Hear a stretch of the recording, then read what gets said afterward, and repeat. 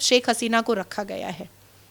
क्यों रखा गया है? डरावने हालात तो नुपुर शर्मा के लिए भी हैं, तो क्या नुपुर शर्मा ने भारत छोड़ दिया? डरावने हालात तो मेरे लिए भी हैं, तो क्या मैंने भारत छोड़ दिया? आप अपने अब्बा के बनाए हुए बांग्लादेश को छोड़ करके आप मस्ती में भारत के पैसे पर और भारत की सरकार के दिए हुए सारी फैसिलिटीज पर आप मस्ती में आराम से लैविश लाइफ जी रही हैं, और आपके नागरिक जो आपके लिए भी नारा लगा रहे हैं वो मर रहे हैं। तो आपको जाना चाहिए। आप मतलब कितनी कितनी कमजोर पॉलिटिशियन है, आप कितनी डरपोक पॉलिटिशियन है जो आप इन चीजों को फेस नहीं कर रही हैं। क्या देश के, हमारे भारत देश के प्रधानमंत्री मोदी जी को गालियां नहीं मिलती हैं? क्या हमारे देश के प्रधानमंत्री के लिए स्लोगन नहीं लगता है, मोदी तेरी खबर खुदेगी आज नहीं तो कल खुदेगी? क्या हमारे भारत के प्रधानमंत्री मोदी जी के लिए के मर्डर की साजिशें नहीं होती हैं? तो क्या वो भारत छोड़ के चले गए हैं? तो मुझे लगता है कि शेख हसीना को रखना भी नहीं चाहिए, और शेख हसीना को खुद भी डिसीजन लेना चाहिए कि वो अपने लोगों को बचाने के लिए वहां जाएगी। नमस्कार, न्यूज टैंक देख रहे हैं आप सभी और मेरा नाम है कृतिका। देखिए, बांग्लादेश से जिस तरीके से लगातार जो घटनाएं आ रही हैं, देखा जा रहा है कि हिंदुओं को टारगेट करके जो है मारा जा रहा है। पहले दीपू और इस बार अमृत मंडल। जी हाँ, कल रात को ही अमृत मंडल को टारगेट करके ठीक दीपू की तरह ही भीड़ ने मारा है। सोचिए जिस तरीके से वहां पर ये पूरी घटनाएं हो रही हैं, भारत के जो हिंदू हैं वो इस तरीके से मांग कर रहे हैं कि भारत के प्रधानमंत्री नरेंद्र मोदी को आगे आना चाहिए, उनकी मदद करनी चाहिए। लेकिन कई ऐसे मुद्दे हैं, उनको लेकर के भी हमारी चर्चा होगी। मेरे साथ नाजिया इलाही खान मैम हैं। और मैम, किस तरीके से देखती हैं आप ये घटनाएं हो रही हैं, किस तरीके से जो है भारत के लोग मांग कर रहे हैं कि उनको यहाँ पर बुला लेना चाहिए, आप क्या सोचते हैं इस बारे में? वंदे मातरम, भारत माता की जय, हर हर महादेव। दीपू को जब बहुत दर्दनाक इस्लामिक मौत दी गई और उसको ज़िंदा पेड़ पर जलाकर लटका करके जलाया गया, तब भी एक नारा गूंज रहा था, नारा तकबीर अल्लाहू अकबर। और आज बहुत अर्ली मॉर्निंग जब अमृत मंडल को घसीट करके उसको दर्दनाक मौत दी गई, इस्लामिक मौत दी गई, तब भी एक नारा गूंज रहा था, नारा तकबीर अल्लाहू अकबर। हमारे भारत देश के हिंदुओं को अगर ऐसा लगता है कि आदरणीय प्रधानमंत्री को 1,17,00,000 बांग्लादेशी हिंदुओं को भारत में बुला लेना चाहिए, तो क्या भारत के हिंदू उनकी रक्षा और सुरक्षा की जिम्मेदारी लेते हैं? भारत के हिंदू तो कन्हैया को नहीं बचा पाए, भारत के हिंदू तो कमलेश को नहीं बचा पाए, भारत के हिंदू तो श्रद्धा की बोटियां कटने से नहीं बचा पाए, भारत के हिंदू तो नेहा को नहीं बचा पाए जिसकी बॉडी ब्रीफकेस में मिली थी, भारत के हिंदू तो राम गोपाल मिश्रा को नहीं बचा पाए, भारत के हिंदू तो नुपुर शर्मा को नहीं बचा पाए। लेकिन बांग्लादेश के जो हिंदू हैं वो ये आस लगा रहे हैं कि भारत के हिंदू जो सनातनी हैं वो आगे आकर के कुछ उनकी मदद कर सकते हैं। उम्मीद की किरण सिर्फ भारत से ही है उनकी। नहीं, जो लोग सिटीजनशिप अमेंडमेंट एक्ट का सर्टिफिकेट ले करके जो बहुत ही अत्याचारित हिंदू थे और वो भारत आए हैं, क्या वो झांगुर पीर के हिसाब के तरह लग्जरी लाइफ जी रहे हैं? क्या वो देवबंद के मौलाना महमूद मदनी और अरशद मदनी की तरह लग्जरी लाइफ जी रहे हैं? कभी देखा है सिटीजनशिप अमेंडमेंट एक्ट की नागरिकता जिनको मिली है वो कैसी ज़िंदगी गुजारते हैं? कभी जाकर देखा है? उनके पास हगने और मूतने के लिए अच्छा टॉयलेट नहीं है, उनके पास अच्छा खाना नहीं है। किसको क्यों बुला रहा है भारत का हिंदू उनको, 1,17,00,000 हिंदुओं को? क्या गारंटी है भारत के हिंदुओं के पास कि उनका सर तन से जुदा नहीं होगा? देखिए, इस समस्या का समाधान ये नहीं है कि बांग्लादेश में इस्लामिक सज़ा के तौर पर हिंदुओं को मारा जा रहा है तो हिंदू वहाँ से भाग जाए। पाकिस्तान में हिंदुओं को मारा जा रहा है इस्लामिक तरीक़े से तो हिंदू वहाँ से भाग जाए। उसके बाद फिर कल को अरब में भी 3 मिलियन हिंदू हैं, वहाँ पर उनको इस्लामिक सज़ा दी जाएगी और उनको ज़िंदा जलाया जाएगा तो अरब से भी 3 मिलियन हिंदू भाग जाए। कब तक भागते रहेंगे? कब तक भागते रहेंगे? धर्मो रक्षते रक्षता ये कब पढ़ेंगे? बुद्ध को मानते हैं, युद्ध को कब मानेंगे?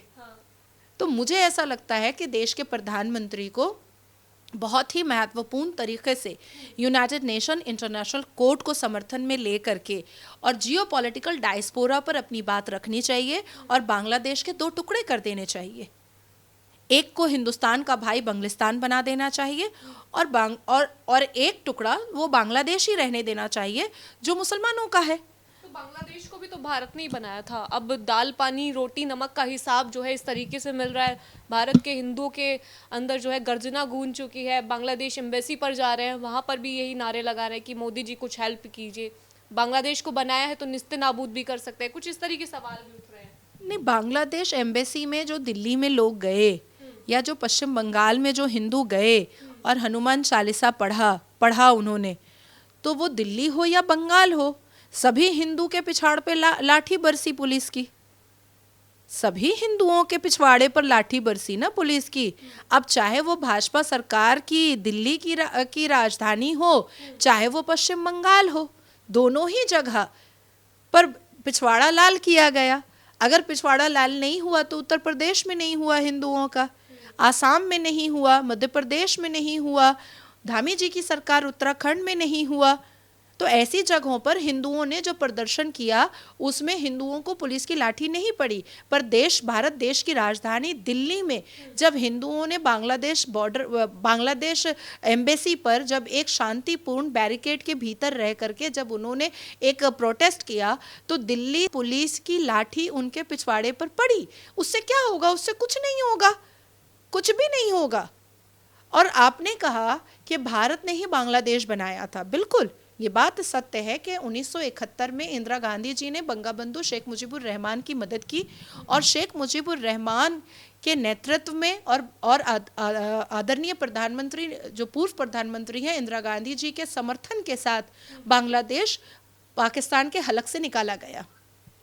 लेकिन ये बात याद रखनी पड़ेगी कि शेख मुजीबुर रहमान बंगबंधु जब पाकिस्तान की ह्यूमिलिएशन, एट्रोसिटी और इस्लामिक सज़ा से ऊब चुके थे और उन्होंने अपनी ज़ुबान खोला था कि बंगालियों के साथ भेदभाव किया जा रहा है, तब उन्होंने हिंदू और मुसलमान डिस्क्रिमिनेशन नहीं किया था। शेख मुजीबुर रहमान ने जब पाकिस्तान के द्वारा बंगाली हिंदू बेटियों को निर्वस्त्र करके उनके साथ दुष्कर्म किया जाता था, तब शेख मुजीबुर रहमान ये नहीं कहते थे कि हिंदू बेटी के साथ हुआ है कि मुस्लिम बेटी के साथ हुआ है। वो सिर्फ ये कहते थे कि बंगाली बच्चियों के साथ ये हो रहा है। तो शेख मुजीबुर रहमान ने जब पाकिस्तान के हलक से बांग्लादेश निकालना तय किया था, तब वो रक्षा और सुरक्षा बंगाली हिंदुओं को भी दे रहे थे और बंगाली मुसलमानों को भी दे रहे थे। उनके नज़र में सिर्फ बंगाली भाषा भाषी को सुरक्षित करना था। ये दिमाग में कि इस्लामिक देश बांग्लादेश बना दो, ये श्रीमती इंदिरा गांधी जी ने बैठाया। अगर वो शेख मुजीबुर रहमान को कहती कि भारत का अंग इसको बना देते हैं, तो शेख मुजीबुर रहमान कभी मना नहीं करते, कभी मना नहीं करते। वैसे भी वो उस वक्त मजबूर थे। और जिस हिसाब से भारत की सेना ने, भारत की आर्मी ने मदद किया था शेख मुजीबुर रहमान का, वो कभी भी ना करने के सिनेरियो में थे ही नहीं। ये जो इतिहास जो बिगाड़ा है इंदिरा गांधी ने, उसको अब सुधारने का वक्त बहुत बहुत सही आया है कि इमीडिएट जियोपॉलिटिकल डायस्पोरा पर यह बात रखी जाए, आदरणीय प्रधानमंत्री मोदी जी के माध्यम से, और डॉक्टर एस जयशंकर एक गैजेट इशू करवाएं, यूनाइटेड नेशन को भेजवाएं, इंटरनेशनल कोर्ट को भेजवाएं और इमीडिएट बांग्लादेश के 2 टुकड़े कर दें।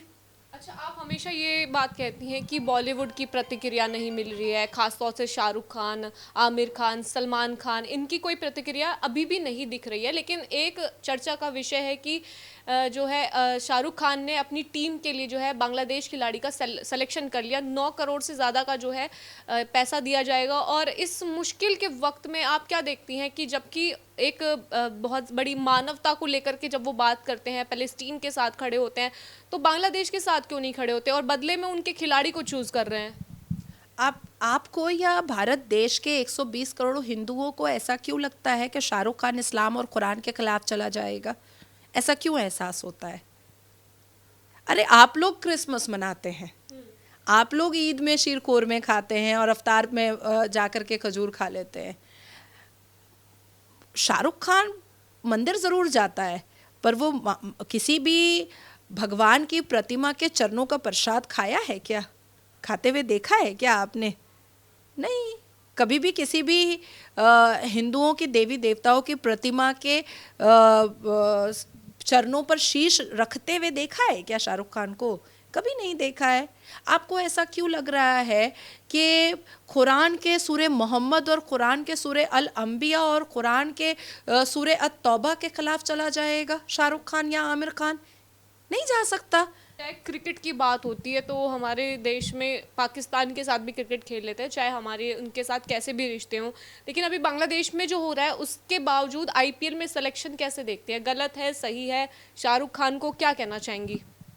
मैं शाहरुख खान को क्यों बोलूँ? शाहरुख खान अभी एक मूवी लेकर आएगा, सबसे ज़्यादा इस देश का हिंदू देखेगा, वो एक मन्नत बनाया है, अब जन्नत बनाएगा समुंदर के किनारे। हो सकता है जन्नत में 72 वर्जिन हूर भी रखे। सवाल ये पैदा होता है कि जय शाह कैसे अनुमति दे रहे हैं। सवाल ये पैदा होता है कि बीसीसीआई कैसे इस बात को अनुमति दे रहा है। सवाल ये पैदा होता है कि क्यों नहीं बीसीसीआई बॉयकॉट कर रहा है पाकिस्तान और बांग्लादेश के क्रिकेटर्स को। सवाल तो ये पैदा होता है। जो इस्लाम वाले हैं वो इस्लाम मान रहे हैं। कल सीपी और खान मार्केट में कोई टोपी लगा करके और हिजाब पहन करके कोई क्रिसमस तो नहीं मना रहा था, हिंदूज मना रहे थे, हिंदूज मना रहे थे। कोई हिजाबन तो सर पे सेंटा का टोपी नहीं लगाई हुई थी या सेंटा का और ट्री का हेयर बैंड तो पहन करके नहीं घूम रही थी। कोई जालीदार टोपी वाला तो कल जिंगल बेल करके मियो अमोरे का केक नहीं खरीद रहा था। सारे के सारे हिंदू थे। हमारे पूरे भारत देश में लेस देन 4% क्रिश्चियंस हैं। तो ये जो कल करोड़ों की आबादी में लोग जिंगल बेल मनाने निकले थे, तो क्या ये सारे के सारे क्रिश्चियन निकले थे? नहीं, हिंदू निकले थे। तो जो लोग अपने मजहब को कट्टरता से मान रहा है, हम उस पर सवाल उठाएं, और जो लोग अपने भारत का प्रेम सिर्फ दिखावा और छलावा कर रहा है लेकिन कर वही रहा है जो उसको नहीं करना चाहिए, हम उस पर सवाल ना उठाएं। लेकिन उधर से देखें तो ओवैसी जो कि कहते थे कि शेख हसीना को वापस से उनके देश में भेज देना चाहिए, सारे मसले हल हो जाएंगे। अब उन्होंने जो है कहा है कि अल्पसंख्यकों के साथ वहाँ अत्याचार हो रहा है। देखिए, और विपक्षी पार्टियां क्यों नहीं कह रही हैं आपके हिसाब से? क्योंकि फ़लस्तीन के लिए तो प्रियंका गांधी भी बैग लेकर के खड़ी हो गई थी, उन्होंने भी कहा कि इंसानियत के साथ खड़ा होना चाहिए। यहाँ जब विवाद या फिर इस तरीके से नरसंहार जब हिंदू के साथ होता है तो बॉलीवुड के मुंह पे चुप्पी क्यों जाती है? विपक्ष इस पर बात क्यों नहीं करता है? जब कश्मीर में कश्मीरी पंडितों का जेनोसाइड हुआ था तो अमिताभ बच्चन, धर्मेंद्र और राखी बैठ करके एक इंटरव्यू में कहे थे कि कश्मीर को मुगलों ने बनाया है। जब कश्मीरी पंडितों का जेनोसाइड हो रहा था तो फारूक अब्दुल्ला जो है वो वज़ीर डिस्को करते थे।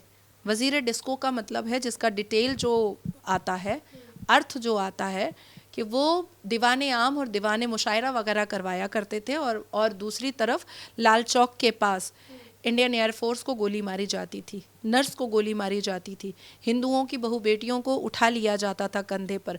और जब उनसे सुरक्षा एजेंसीज फारूक अब्दुल्ला से बात करती थी, पूछती थी, तो वो कहते थे कि don't disturb me, I am busy, I am busy. We have seen so many ingratious situations and instances in Bharat only. Mopla, Malabar, Kerala. We have seen a lot of genocide inside the Bharat only. And we are talking about Bangladesh. The second thing is कि आपने अवेसी की बात कही है कि शेख हसीना को रखा गया है। क्यों रखा गया है? शेख हसीना को फेस करना चाहिए। मुझे रोज़ कम से कम 10-15 थ्रेड के कॉल आते हैं। मेरे साथ मॉब लिंचिंग हो चुकी है, एसिड अटैक हो चुका है, मेरे ऊपर गोली चल चुकी है, आज भी मेरे पैर पर निशान है। मॉब लिंचिंग के वक्त में 8 ब्लेड के निशान जो आज भी मेरे शरीर पर है। क्या मैं छुप गई हूँ? क्या मैंने बंगाल जाना बंद कर दिया है? वहाँ पर जिस तरीके से पिछले साल हालात देखने को मिले तो वो भी तो डरावने हैं और उनको फांसी की सज़ा भी मिली हुई है। तो अगर जाएंगी तो किस बेसिस पे जा सकते? डरावने अरबिया जाकर के बस गए क्या? डरावने हालात तो नुपुर शर्मा के लिए भी हैं, तो क्या नुपुर शर्मा ने भारत छोड़ दिया? डरावने हालात तो मेरे लिए भी हैं, तो क्या मैंने भारत छोड़ दिया? डरावने हालात तो कमलेश के परिवार के लिए भी हैं। अभी रामगोपाल मिश्रा के केस में जो जजमेंट आया, 1 को फांसी मिली है, 4 को जो है उम्र कैद मिली है और बाकी जो 4-5 है वो बरी भी हुए हैं। तो क्या रामगोपाल मिश्रा के परिवार वाले उत्तर प्रदेश छोड़ दिए, भारत छोड़ दिए हैं क्या?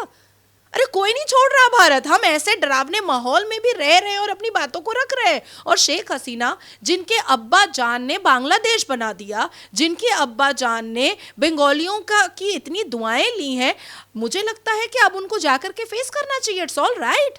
आपने हिट ऑफ द मोमेंट आपने एक स्टेप लिया, आप भारत आई, आप एक हिंदू राष्ट्र में आकर के हिंदुओं के भीड़ में अपने आप को आपने सुरक्षित किया, अपनी इज्जत को आपने बचाया अपनी बहन के साथ। लेकिन बांग्लादेश आपकी जमीन है, बांग्लादेश आपका द्योहर है, बांग्लादेश आपके पिता का एक बहुत बड़ा जगह है। आपके पिता ने बांग्लादेश बनाया है। आप अपने अब्बा के बनाए हुए बांग्लादेश को छोड़ करके आप मस्ती में भारत के पैसे पर और भारत की सरकार के दिए हुए सारी फैसिलिटीज पर आप मस्ती में आराम से लैविश लाइफ जी रही हैं, और आपके नागरिक जो आपके लिए भी नारा लगा रहे हैं वो मर रहे हैं। तो आपको जाना चाहिए। आप मतलब कितनी कमजोर पॉलिटिशियन है, आप कितनी डरपोक पॉलिटिशियन है जो आप इन चीजों को फेस नहीं कर रही हैं। क्या हमारे भारत देश के प्रधानमंत्री मोदी जी को गालियां नहीं मिलती हैं? क्या हमारे देश के प्रधानमंत्री के लिए स्लोगन नहीं लगता है, मोदी तेरी खबर खुदेगी आज नहीं तो कल खुदेगी? क्या हमारे भारत के प्रधानमंत्री मोदी जी के लिए के मर्डर की साजिशें नहीं होती हैं? तो क्या वो भारत छोड़ के चले गए हैं? छोड़कर, जमीन छोड़कर निकल जाना, ये डरपोक पॉलिटिशियन का एक मैसेज है, इसके अलावा कुछ नहीं है। हो गया हिट ऑफ द मोमेंट, आपने जो भी डिसीजन लिया अपने आप को बचाने के लिए आपने ले लिया, लेकिन 1 साल हो गया है, फॉर गॉड सेक 1.5 साल होने को आ गया है। आप रिटर्न जाओ और जा करके अपने आप के जो लोग हैं, आपके जो आपको आज भी वहां पर चीख रहे हैं, पुकार रहे हैं, आप उनके साथ लाठी खाओ, जो भी खाओ, लेकिन आप उनका साथ दो जो आपके नाम को याद कर रहे हैं। और अब तो डर भी नहीं है कि फांसी की सजा सुनाई गई थी तो फांसी हो जाएगी, क्योंकि मामला यूनाइटेड नेशन ने उठा लिया है, मामला इंटरनेशनल कोर्ट ने उठा लिया है। शेख हसीना को तब तक फांसी नहीं हो सकती है जब तक यूनाइटेड नेशन और इंटरनेशनल कोर्ट फाइनल जजमेंट ना दे दे। तो मुझे लगता है कि शेख हसीना को रखना भी नहीं चाहिए और शेख हसीना को खुद भी डिसीजन लेना चाहिए कि वो अपने लोगों को बचाने के लिए वहां जाएगी।